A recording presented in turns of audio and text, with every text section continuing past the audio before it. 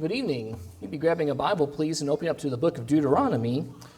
The man we've just been singing about for the past song is present, I think, in the crowd of where we are in our text of Scripture, but not really quite specifically mentioned. But I think the idea applies really well to what Israel is feeling as they're getting ready to enter the Promised Land, and Moses is preaching to them on the east side of the Jordan River. They're ready to stand and be courageous as Joshua will lead them. But until that time comes, Moses is instructing the people, preaching to the people, helping them to understand God's law and understand what it means to be in a covenant relationship with God. We continue some of those thoughts tonight and thinking about what we can learn about how we respond to the grace of God and trying to understand what it means to be in a covenant relationship with Him. So we continue to look at this book of Deuteronomy, making some observations about the law that was given to them, the principles that are for our lives. We'll continue to do that as we get pretty much right into the lesson this evening and seeing Deuteronomy chapter 22, verse 1 through verse 11. This is one of those sections, we've hit a couple of these now. If you've got Bible headings or section headings in your scriptures, you might see one of those really enthralling. I mean, you see maybe somewhere in the Gospels, Jesus walking on water. Cool. You see, this showdown between Elijah and the prophets of Baal at Mount Carmel. Wow, we're going to see the exciting thing. You see a heading, various laws. Ooh, I can't wait to get into various laws tonight. But we can hopefully learn the principles of what God is teaching His people, see how these things apply to our lives as we're talking about these laws, making some overall connections tonight and seeing the value of God's laws. This is how He's teaching His people to love Him and to listen to Him. That's why we need to pay attention to these and learn from these and see these principles for our lives. So let's get into Deuteronomy 22, if you would. Let's read verse 1 through verse 11. Deuteronomy chapter 22, verse 1 through verse 11. You shall not see your brother's ox or his sheep going astray and ignore them. You shall take them back to your brother. And if he does not live near you and you do not know who he is, you shall bring it home to your house, and it shall stay with you until your brother seeks it. Then you shall restore it to him. You shall do the same with his donkey or with his garment or any lost thing of your brother's, which he loses and you find. You may not ignore it. You shall not see your brother's donkey or his ox fallen down by the way and ignore them. You shall help him lift them up again. A woman shall not wear a man's garment, nor shall a man put on a woman's cloak. Whoever does these things is an abomination to the Lord your God. If you come across a bird's nest in any tree or on the ground with young ones or eggs, that the mother sitting on the young or on the eggs, you shall not take the mother with the young. You shall let the mother go, but the young you may take for yourself, that it may go well with you and that you may live long. Verse 8, when you build a new house, you shall make a parapet on your roof, that you may not bring the guilt of blood upon your house if anyone should fall from it. You shall not sow your vineyard with two kinds of seed, lest the whole yield be forfeited, the crop that you have sown and the yield of the vineyard. You shall not plow with an ox and a donkey together. You shall not wear cloth of wool and linen mixed together. So we see these first 11 verses, maybe somewhat of a jumping from topic to topics, but hopefully we can understand, particularly in the beginning, this teaching or this understanding that relates to loving your neighbor. That text doesn't specifically get brought up here, but we're probably familiar with the book of Leviticus, what's talked about there in Leviticus 18:19 or 19:18. Make sure I get my reference right by making sure of that. That's one of those that I can often get backwards in my mind if I'm not careful. In Leviticus chapter 19 and verse 18, you shall not take vengeance or bear a grudge against the sons of your own people, but you shall love your neighbor as yourself. I am the Lord. So here's one of the ways that the people can show specifically love to their neighbor. That when they see their ox or they see their donkey or they see their garment, here's somebody's left their phone. Probably wasn't phones when the people of Israel were walking around, but the idea of someone has left a possession, go and give that to that person and help them in that moment. Don't disregard that and think, well, it's a lot easier for me to just ignore it or they'll deal with it later, but be active in our love for our neighbors. The way we would show care for them and bringing this property back to them in Deuteronomy chapter 22, verse 1 through verse 4, that you should love your neighbor as yourself. That's how you'd want to be treated, that you would treat your neighbor in that way too. You have this statement in verse 5, a woman shall not wear a man's garment, nor shall a man put on a woman's cloak. Whoever does these things is an abomination to the Lord. Probably in the past few years, and even particularly in 2024, that's a verse that catches our eyes and we think, well, That sounds very concerning and confusing in ways of how people are applying that. And even in this time, as God talks to his people and sees the abomination of this, we might use a phrase like cross-dressing, this idea of transvestitism, of pretending to be a gender that you're not, of going against God's order, and even with some of that too often associated with pagan practices. Not always, but again, a reminder of God's people, how they're not supposed to be like the people around them. So should it be that that's connected to pagan rituals, pagan practices, they need to distance themselves from those things. In fact, let's go ahead and notice that a bit more in verse 9 through verse 11 of this text. You see, as long with loving your neighbor, part of loving God and listening to him is recognizing that they are supposed to be holy people. This section in verse 9 through verse 11, you shall not sow your vineyard with two kinds of seed. Let the whole yield be forfeited. You not plow it with an ox and a donkey. You shall not wear cloth of wool with linen mixed together. Maybe some people have tried to do some things to say, here's a agricultural reason, here's a whatever related to seamstressry. If that's not a real word, I'll pretend it's a real word. Or have something of how maybe these things don't go together in some way, but probably really an underlying principle of how God expects his people to be distinct and separate, to be holy from the nations around them. These are parts of everyday life. When I think about going out and doing my work with my farm animals, when I'm planting and taking up crop from what I've been doing in the field, when I just get dressed for the day, I'm reminded about the fact that I'm to serve God and I'm supposed to be wholly devoted to him. This being a reminder in that regard, just as it would be in the ways that I would dress myself, would be honoring to God, and it would be not like the people around me, as it's talked about in verse 5 of Deuteronomy 22. In verse 6 through verse 8, you have some other laws here where God seems to be looking out for his people and help them to think about how they would treat others, or really how they would particularly think about how they would live in the land. In verse 6 through verse 7, you have this section of you come across a bird's nest or in any tree or on the ground, and you have young ones and a mother, and they're maybe separated or they're there together. Rather than, if you come across that, maybe if this is part of how you might find food, you're going out and gathering this, you might think, wow, I found the KFC family bucket right here on the ground for me. I've got the bird and all the young to go with it. But rather than taking the mother, the instruction here says, leave the mother be, and you can take the young. Part of that might be for the fact that the mother would continue to produce more chicks.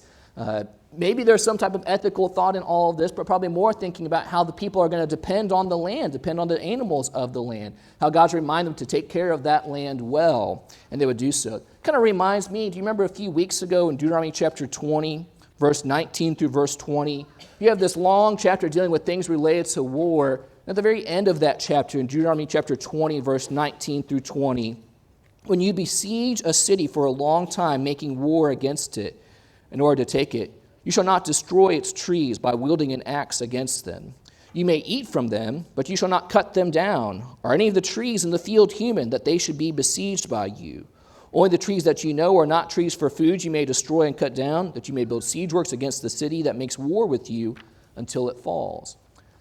I don't think that God's primary directive is to say this is the natural ethics we need to live our life by. I think maybe more is thinking of the fact that I'm giving you this land and you need to use this land and you need to have this land and for able to provide for yourself and for the generations to come. Because remember, as long as you're faithful to me, there will be generations to follow too. Think about how you can continue to live wisely and appropriately and be provided for in that land.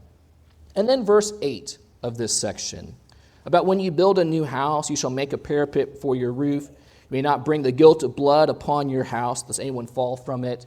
Again, thinking with maybe this idea of the importance of loving our neighbor, caring for our neighbor. The idea of negligence is a very poor choice, or really should not be an option at all as we think about how we relate to our brother and sister. The idea that you would make a house, and houses would be places where you could sleep in the summertime, or it'd be places where you might go up for some type of events. And if you have just a flat roof and someone's sleeping up there, if you ever slept in a bunk bed that didn't have a rail on the top, you have a kid who's fallen out of that, you probably understand a little bit of this. But this could even be more serious in the fact that someone could die. And when that death comes in hand, there's guilt that comes with all of that. So this is care for the people to remember to bring or to keep the people innocent from guilt that might come from the death of an individual. God says to be careful about that, to be thoughtful about that, even the ways that they would build their houses and looking out for other people and caring for other people. I think I see a great theme in here about loving our neighbor and being thoughtful about our neighbor and how we can care for them, and some specific ways that passage might get carried out. Hopefully some principles we think about how we would care for those who, as we see something that we can do to care for others, that we don't say, well, not right now, not in this moment, but if we see someone who has a need, that we would take the moment to do so, just as Good Samaritan talks about Luke chapter 10, that we would think about the blessings God has given us and using them wisely, just as God is blessing the people here with this land. Surely maybe some other things even too, some deeper connections that I might be missing already, that maybe in another read through of Deuteronomy we'll catch up on more. But I think we're seeing that principle. A part of loving God and listening to God is loving our neighbor as well and being thoughtful how we treat one another. That leads us then to verse 13 through verse 30. Deuteronomy chapter 22, verse 13 through verse 30. I want to begin with just reading verse 13 through verse 21, giving just some brief comments, and then we'll finish the chapter as well from verse 22 through verse 30. But this is Deuteronomy 22, verse 13 through verse 21. If any man takes a wife and goes into her and then hates her and accuses her of misconduct and brings a bad name upon her, saying, I took this woman, and when I came near her, I did not find any in her evidence of virginity. Then the father of the young woman and her mother shall take and bring out the evidence of her virginity to the elders of the city in the gate. And the father of the young woman shall say to the elders, I gave my daughter to this man to marry, and he hates her. And behold, he has accused her of misconduct, saying, I did not find in your daughter evidence of her virginity. And yet this is evidence of my daughter's virginity. And they shall spread the cloak before the elders of the city. And the elders of that city shall take that man and whip him, it says in verse 18. And verse 19, and they shall fine him 100 shekels of silver and give them to the father of the young woman, because he has brought a bad name upon a virgin of Israel. And she shall be his wife, and he may not divorce her all of his days. But if the thing is true, that evidence of virginity was not found in the young woman, then they shall bring out the young woman to the door of her father's house. And the men of her city shall stone her to death with stones, because she has done an outrageous thing in Israel by whoring in her father's house. So you shall purge the evil from your midst. This is one of those sections of Scripture that you read it, you think, what's going on here with this question of presenting the evidence of virginity? You read what some people think is going on here. I've read about people bringing blankets, or they bring some type of garment that's supposed to prove this or that or the other. I think the main point to really notice and draw out from here is the way that we treat other people, and again, the high sexual integrity and morality God expects the people of Israel to have. That comes up here, and that comes up in the rest of the chapter too. But notice what it begins by saying: a man has taken a wife, goes into her, and then hates her. There's something that he is displeased with her for some regard. Sometimes the example is thrown of, she's burnt the manna. I don't know if that's really how that's possible. That could work in that way. Maybe not toast in that day. But something that I'm displeased with her in this regard. So he wants to divorce from her and separate, and brings this accusation before the people. And this is a serious accusation. Here is someone who has broken a direct command of God by playing the harlot, by being someone who has been faithless to her husband, has not been honorable in the way she's carried herself sexually, as according to God's standards. And so that's a very serious charge. And they bring that before the people, the judge or the elders of the city, and they have the elders help decide what's happening here. You have, if this man has been making this up, and if the parents give evidence of her virginity, again, whatever that means, that the man is beaten. You notice that in verse 18, the elders will take that man and whip him. And they're going to find him a hefty price of 100 shekels of silver, because that's a serious thing to bring this charge against someone who is truly an honorable person, described as being someone who is a virgin of Israel and trying to bring shame and a bad name upon her, and that he is to be her husband, and he should learn to love her and treat her respectfully then. Now, if it is true that she has committed this immorality, that she is stoned, because that's what God's word teaches, that he's not going to take sexual misconduct lightly among his people, that he has strict expectations for what the sexual relationship is and why it's important that that stayed within that relationship. Again, the phrase we see at the end of verse 21, that you shall purge the evil from your midst. It's one of those sections of the law that culturally probably don't hear a lot about relations to stuff like this happening today. but we can at least see the idea of consistently, God has called his people to high sexual integrity. We see that as we continue on in this chapter as well. Verse 22 through the rest of the chapter and verse 30. Chapter 22 of Deuteronomy, starting in verse 22 through verse 30, continues this idea of God's high expectations for sexuality and morality among his people. If a man is found lying with the wife of another man, both of them shall die, the man who lay with the woman and the woman. So you shall purge the evil from Israel. If adultery takes place, deal with that. Take care of that. Get rid of that evil, lest there be evil that continues to spread and think this is okay as we worship God or follow God, and this is going to be not a big deal. God says you need to remove that from the midst of the people. In verse 23 through verse 24, if there is a betrothed virgin and a man meets her in the city and lies with her, you shall bring them both out to the gate of the city, and you shall stone them to death with stones. The young woman because she did not cry out for help, though she was in the city, and the man because he violates his neighbor's wife. So, again, you shall purge the evil from your midst. In verse 25 through verse 27, but if in the open country a man meets a woman who is betrothed, and the man seizes her and lies with her, then only the man who lay with her shall die. But you shall do nothing to the young woman, for she has committed no offense, punishable by death. For this case is like that of a man attacking and murdering his neighbor, because he met her in the open country. Though the betrothed young woman cried out for help, there was no one to rescue her. Here you get a couple of laws related to the subject of rape. And is this a rape or is this not a rape? Those first few verses in verse 23 through verse 24 seem to be implying the fact that there seems to be a consensus between the two people engaged in this activity, that this woman does not cry out for help in the city. Thus, it seems like she's in or consenting to what's happening. And so again, that needs to be dealt with, and that is sin in the eyes of God, and those people here being stoned to death for that. And verse 25 through verse 27, when a rape would happen in the open country, though, if the woman would cry out for help and there'd be no one there, that would be expected that the man would die because of him taking advantage and abusing and hurting this woman, and that God understands the difference in that regard and sees the difference in those things and teaches his people, most importantly, the difference of that. In verse 28, if a man meets a virgin who is not betrothed and seizes her and lies with her, and they are found, then the man who lay with her shall give to the father the young woman 50 shekels of silver, and shall be his wife, because he has violated her, and he may not divorce her all his days. This idea that we're not going to just have loose, fast rules with how we sexually relate to one another, but there's consequences for that, and that you can't just go sleeping around. But if you enter in this relationship, it's expected that you would follow this relationship then and be a part of that relationship. And then finally, verse 30, a man shall not take his father's wife, so that he does not uncover his father's nakedness. A lot of these laws remind us of sections in Leviticus, maybe like Leviticus 18 and 19, where there are sections of laws there within that talk about God's high standard of sexuality and morality. Something that, again, is going to be very different from the people around them, where there's a lot of sexual immorality and of a lot of that brought into the worship of their gods as they're going to the land of Canaan. God says, that's not how you behave, and that's not how you worship me. But this is a special relationship that I have blessed people with, but they need to use this responsibly and use it in the way that I designed it to be used in that regard.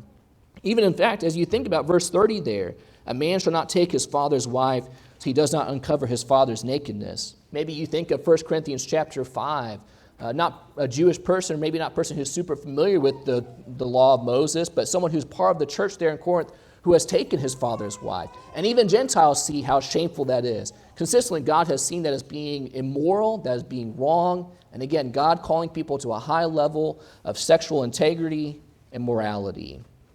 This is the sections of various laws in here. As we want to go just about a chapter at a time through the book of Deuteronomy, noticing some things. As God's delivering his law, as he's extended his grace of giving the people this land, how does he expect them to respond? As I put the question up here, how should we respond to, as we read a chapter like this? Again, the thought is not that we're going to go enter the land and we're going to go slaughter the Canaanites, as God tells us to. But we think God is showing us grace. He's teaching us his law, that we would love him and that we would listen to him, as is said consistently throughout Deuteronomy. But how would we respond if we were people living in this time? And even what are the principles we could use today? we would see from Deuteronomy chapter 22 the need to love our neighbor. See that as we talked about going and helping our neighbor who maybe has misplaced their goods or lost their goods, helping our neighbor by making sure we're taking care of precautions that's not going to bring death or injuries into the lives of others.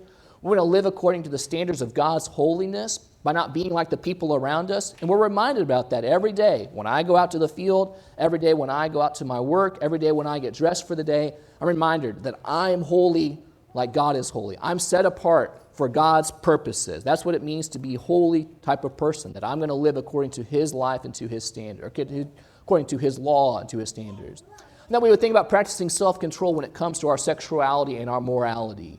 Now, surely this isn't the complete exhaustive list of that, but this is a starting point to that, to think, how do we put the thoughts and principles of Deuteronomy 22 into our lives? Make sure that we are controlling ourselves. Make sure we are loving our neighbors, that we are living as holy people.